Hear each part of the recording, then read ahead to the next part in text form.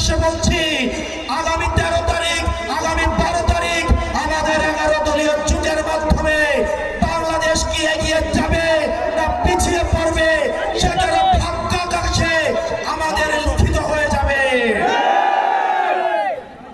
এই নির্বাচনে আমরা যারা ভোটার আছি, যারা প্রশাসন আছেন, যারা মিডিয়া আছেন, আপনাদের প্রত্যেকের ভূমিকা রয়েছে।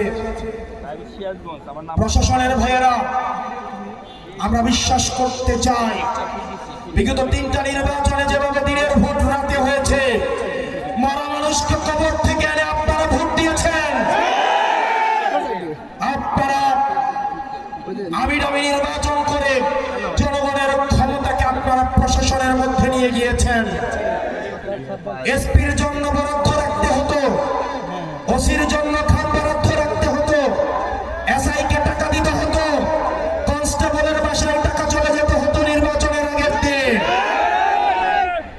এবার যদি আপনারা কোনো অবৈধ একটা টাকা ধরে দেখেন, বিশ্বাস করেন বাংলাদেশের জনগণ যখন জাগে কোনো কামান দিয়ে তাদেরকে আটকায় রাখা যায় না,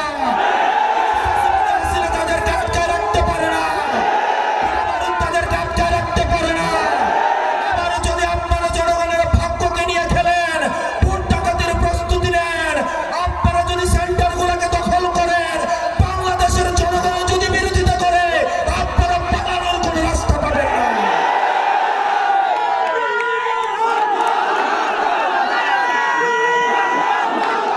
প্রিয় প্রশাসনের ভাইয়েরা, আপনারা আমাদের ভাই। প্রিয় পুলিশের ভাইয়েরা, আপনারা আমাদের ভাই। আপনারা মেধার যোগ্যতায় চাকরি পেয়েছেন। আপনাদের যে পোশাকটা, এই পোশাকটার যে অর্থটা বাংলাদেশের সাধারণ মানুষের রক্ত ঘাম শ্রমের যেই ট্যাক্সের টাকায় এই পোশাক হয়। আপনি যে বেতনটা পান, এই বেতনটা এই